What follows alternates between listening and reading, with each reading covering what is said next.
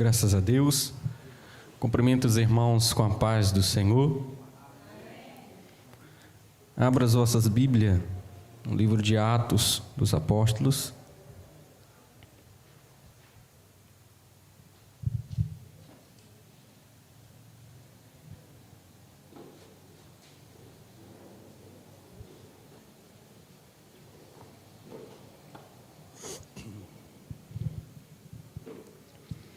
Atos dos Apóstolos, capítulo de número 2, versículo de número 1 a seguir,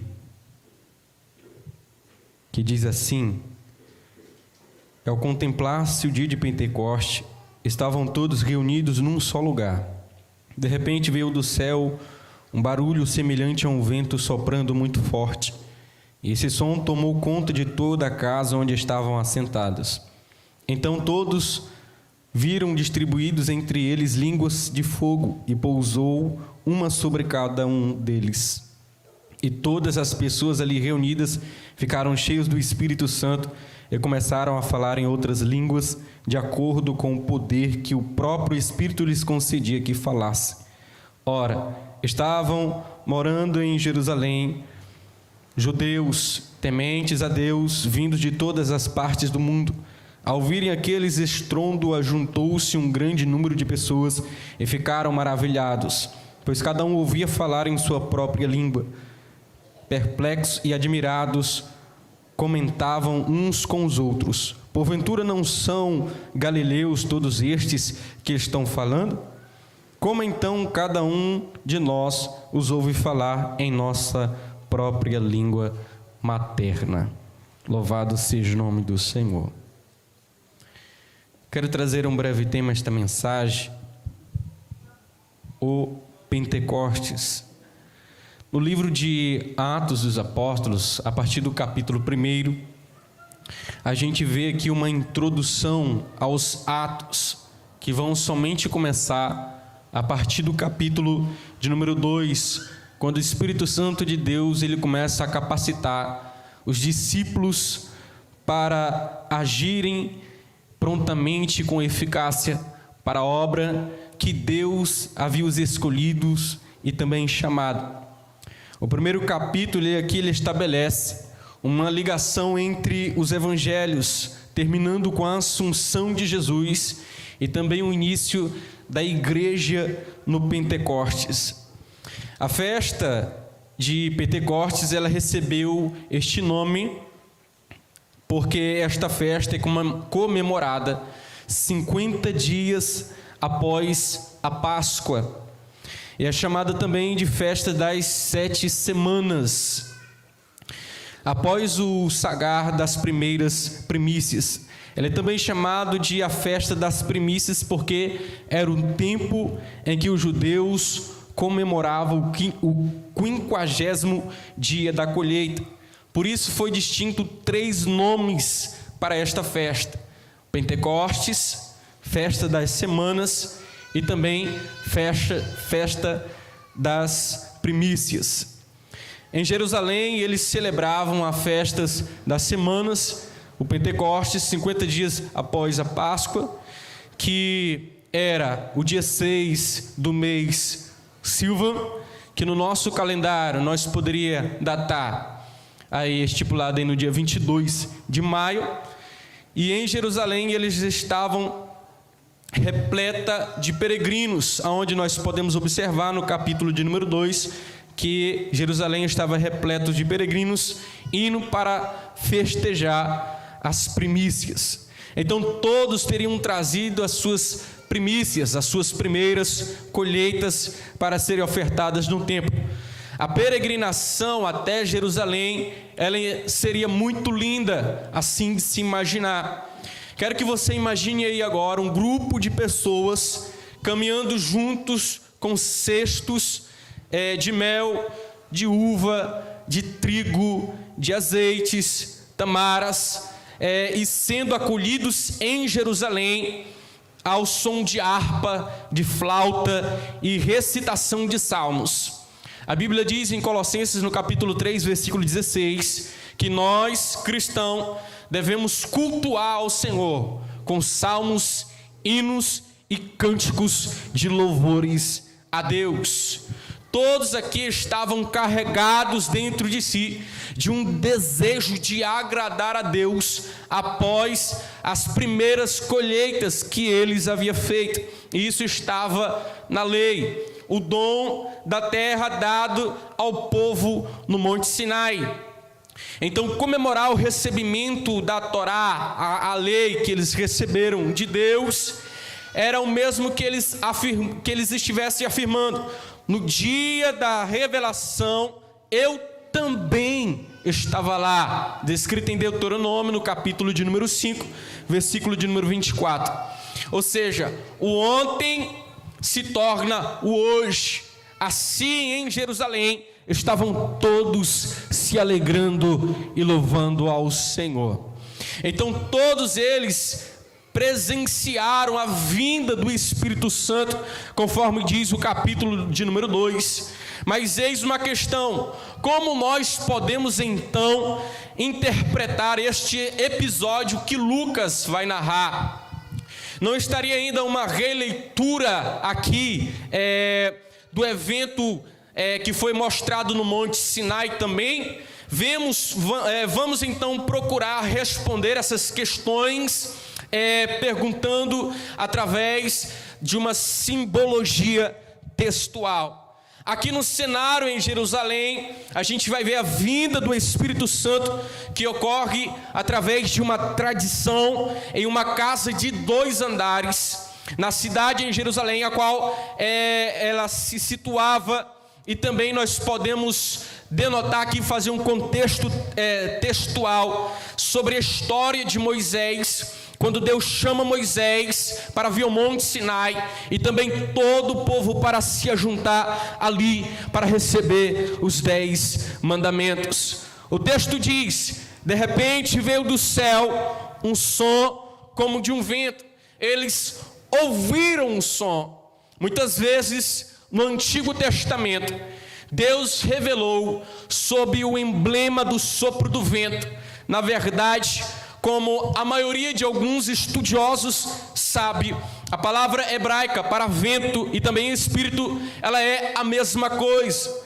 Então, se nós formos ver para a palavra grega, quando Cristo, lá em João, no capítulo de número 3, fala com Nicodemos, um dos doutores, nós vamos ver que não é tão fácil para alguns tradutores entender o que ele estava dizendo, porque outra hora ele fala de espírito e ele também fala do vento.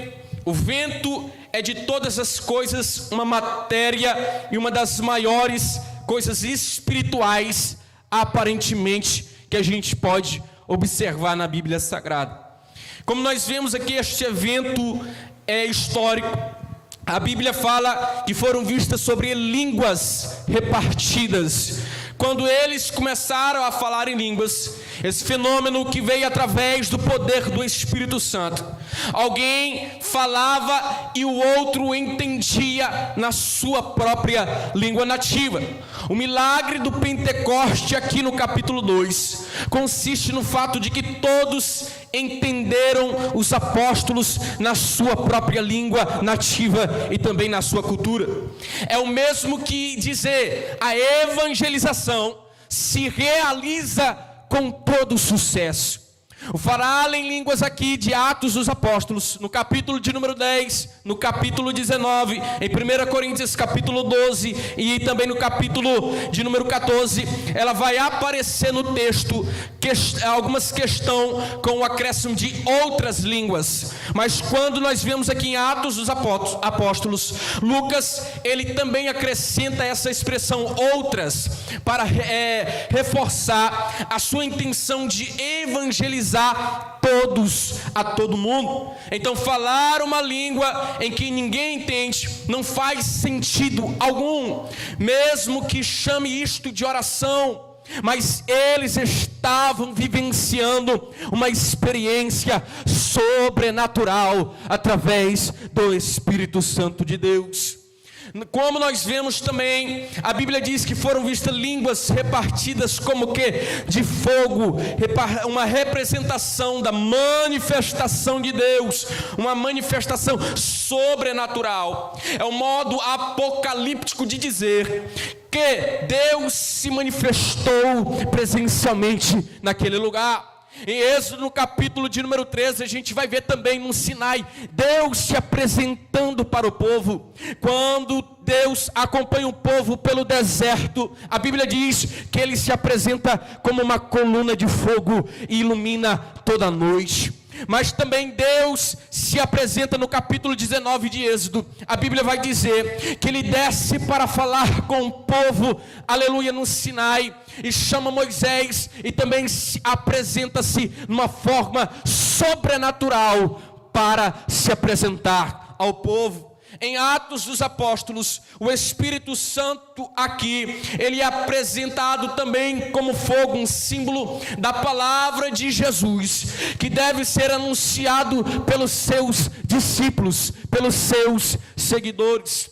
A multidão que ali estavam, vendo toda aquela situação, ela também simboliza o povo no deserto que recebeu as tábuas da lei. Em Pentecostes, aqui, o evento, ele vai descrever que quase 3.000 pessoas, não é um número exato de 3.000 pessoas, mas a Bíblia diz que quase 3.000 pessoas estavam ali presentes, e eles proviam das 12 tribos e regiões. A Bíblia fala que eles ouviram um som como de um vento veemente e impetuoso, simbolizando a manifestação de Deus, a força do Espírito Santo, que leva a comunidade cristã, os discípulos de Jesus, para profetizar e também serem missionários de Deus. Alguns vão dizer, a Bíblia vai descrever, que quando eles olham esse evento, eles se chocam, e eles começam a descrever, eles estão embriagados a esta hora da manhã, tamanha 9 horas da manhã, estão já embriagados. Mas esta acusação aqui, ela simboliza os que não estão abertos à nova comunidade cristã, aqueles que ainda não receberam o Espírito Santo, que não conhecem a verdade espiritual que Deus entregou para os seus discípulos. Eles estavam ali experimentando e vivendo o que Deus havia mostrado há tempos atrás para o povo de Israel.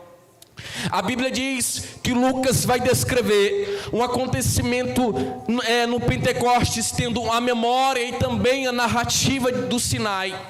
Era preciso demonstrar que um novo Sinai estava para acontecer na comunidade cristã daquele tempo, em Jerusalém, por meio e através do Espírito Santo e também da sua promessa que Jesus havia prometido: não vos deixarei órfão, mas trarei o Espírito Santo de Deus, o Consolador. O Pentecostes, aqui nós podemos ver que ele passa a ser o batismo da comunhão cristã, o batismo do Espírito Santo, sendo assim confirmado na missão de ir e evangelizar para o mundo. Jesus havia feito uma promessa para eles no capítulo de número 1, versículo de número 8, dizendo: ficais aqui em Jerusalém, até que do alto recebereis poder, virtude, para então pregar, aleluia, em Samaria, aos confins da terra, louvado seja o nome do Senhor, e também em toda a Judeia. A Bíblia diz que eles ficaram ali, e então ao acréscimo da obediência, eles experimentaram uma experiência sobrenatural com Deus.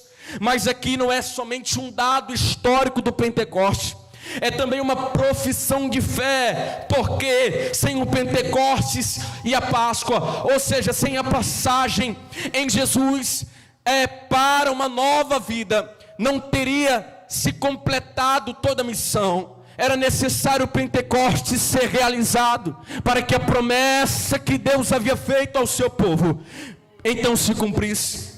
Assim como o povo trazia pães para as primícias, para moverem para uma festa, era necessário também os pães serem levados para o devido momento de juntamento com eles em unidade. O Pentecoste, ele aqui vai tipificar a descida do Espírito Santo para formar então a igreja com poder e também autoridade para pregar. Aqui nós vamos ver a igreja se levantando cheia do Espírito Santo de Deus para pregar a palavra do Senhor. É tão tal que a Bíblia vai descrever que quando aqueles homens começaram a dizer eles estão embriagados, a Bíblia diz que Pedro, um homem sanguinário que outra hora havia cortado a orelha de um soldado, um homem valente, outra hora através do Espírito Santo de Deus que desce sobre a vida dele, ele se torna um homem cheio do Espírito Santo, ele se torna um homem sã, ele se torna um homem manso, e a Bíblia diz que ele com perfeita paz e consciência se levanta e começa a pregar para eles. E quando Pedro começa a pregar, todos eles começam a dizer: eu quero receber esse Espírito. Então diz para nós o que nós devemos fazer. Aí Pedro vai então dizer para eles: arrependei-vos, para que então recebeis o dom do Espírito Santo de Deus. E a Bíblia diz que quase 3.000 pessoas receberam o poder do Espírito Santo. Assim como Cristo foi removido da sepultura, os cristãos também foram simbolicamente movidos por Ele. Nas primícias eram oferecidos molhos, hastes separadas, frouxamente reunidas para o Pentecostes. Mas quando olhamos aqui no Pentecostes, há uma verdadeira unidade, a união em partes formada em massa para a igreja. A igreja em si, ela não é somente um membro, ela é a unidade, uma conjunção de todos para se formar então a igreja, o corpo de Cristo. A descida do Espírito Santo de Deus, ela juntou os discípulos que antes havia separados para um só corpo. O Pentecostes aqui comemora então a vinda do Espírito Santo, que foi dada após 50 dias depois da ressurreição de Jesus. Assim como a lei foi dada também no período do Antigo Testamento para o povo de Israel, o Espírito Santo de Deus foi dado também nesse período do Novo Testamento para a igreja de Cristo Jesus. Há quem diga: eu não consigo pregar, eu não sei pregar, eu não consigo cantar. O pastor vai chamar alguém para evangelizar, ou o dirigente da Secretaria de Missão vai chamar: meus irmãos, domingo 3 horas da tarde tem evangelismo. Alguns se levantam para evangelizar porque tem medo de pregar. A Bíblia nos garante que recebemos o selo do Espírito Santo de Deus. Então, quando recebemos o selo do Espírito Santo de Deus em nossas vidas, não é pelas nossas próprias palavras, não é pelos nossos méritos, não é pelos nossos dons, é através da virtude, do poder do Espírito Santo, que ao abrir a boca para cantar, ao abrir a boca para pregar, alguém é convencido pelo poder do Espírito Santo de Deus. É o agente avivador que aquece a igreja, que aquece o irmão, que aquece a irmã para pregar a palavra de Deus. Então, irmão, não se sinta envergonhado, não se sinta tímido em pregar a palavra de Deus. Deus te chamou com um propósito especial. Louvado seja o nome do Senhor. Nós vivemos em épocas difíceis, na era do substitutivo, na era do substitutivo artificial, das aparências, aleluias, da era também dos plásticos. Nós vivemos uma era, aleluias, de muitas pessoas influenciadas através de uma espiritualidade superficial. Nós vivemos uma época de aglomerados de pessoas que não compreendem o contexto histórico da promessa do Senhor, dos sabores artificiais.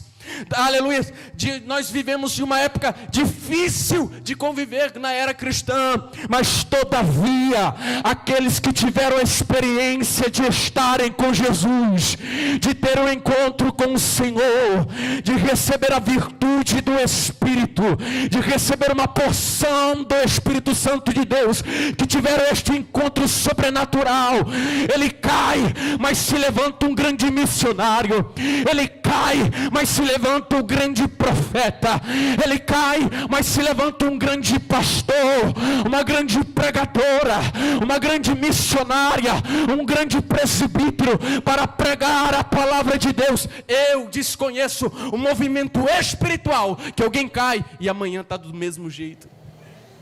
Fique de pé. Esse contexto histórico, a Bíblia vai dizer que havia ali 120 discípulos que estavam ali reunidos no dia da festa de Pentecostes, sobre qual caiu o Espírito Santo de Deus sobre eles. E aqui representa a colheita dos primeiros frutos. Deus te chamou para frutificar.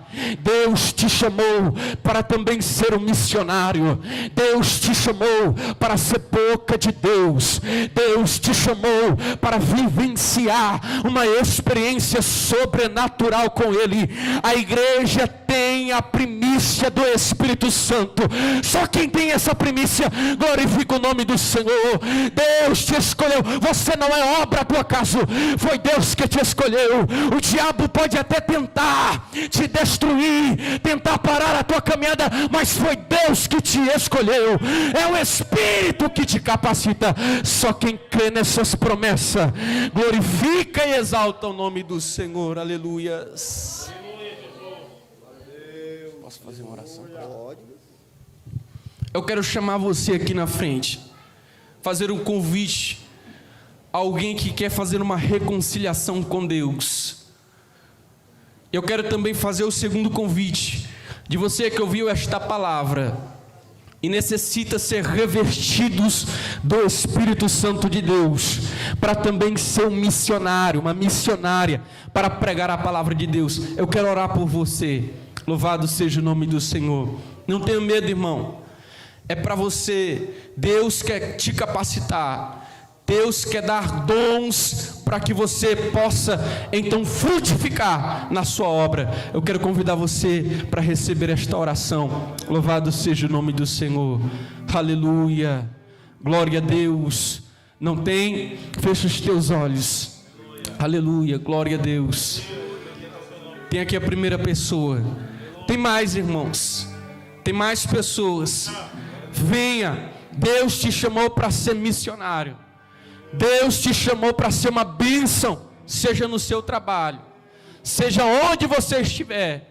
Alguém vai te perguntar uma coisa, e Deus vai fazer você frutificar. Assim como aconteceu no dia de Pentecostes, o Espírito Santo de Deus vai ser derramado sobre você, e você também vai colher almas para o reino dos céus. Louvado seja o nome do Senhor. Aleluia, glória a Deus.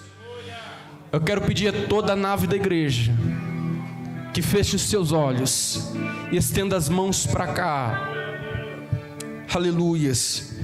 Querido Deus, eterno Pai, neste momento, Senhor, a Tua palavra foi ministrada. Nós cremos, Senhor, na Tua promessa. Cremos, Senhor, que o Senhor nos deu o Espírito Santo, o agente avivador, o nosso melhor amigo e companheiro.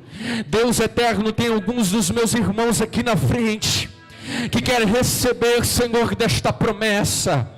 Querem, Senhor, mergulhar, Senhor, com profundeza, intimidade contigo, e ser também, Senhor, um discípulo assim, papai querido, como Paulo, como Pedro, como Tiago, que foram martirizados, mas todavia foram grandes missionários na tua obra. Deus, em nome de Jesus, venha sobre ele o teu poder, a tua virtude do teu Espírito Santo, para que possa dar mais fruto, e que eles não tenham do que se envergonhar. O diabo pode até tentar parar eles, pode vir até com conversa, pode vir até com história, mas através através do teu poder e das promessas, eles vão vencer, glorificando o teu santo nome. Em nome de Jesus Cristo de Nazaré, derrama o teu poder, derrama o teu Espírito, renova eles, renova ela, em nome de Jesus Cristo de Nazaré, ó Pai. Meu Deus, eu também intercedo por aqueles que estão enfermos nesta noite. Se alguém aqui nesta noite enfermo, ó enfermidade, onde tu estiver alojada, nós estendemos as mãos neste momento, na carne, nos ossos, no nervo, onde estiver alojada, em nome de Jesus Cristo de Nazaré, seja repreendida, em nome de Jesus, em nome de Jesus, amém. Glória a Deus. Poderoso Deus,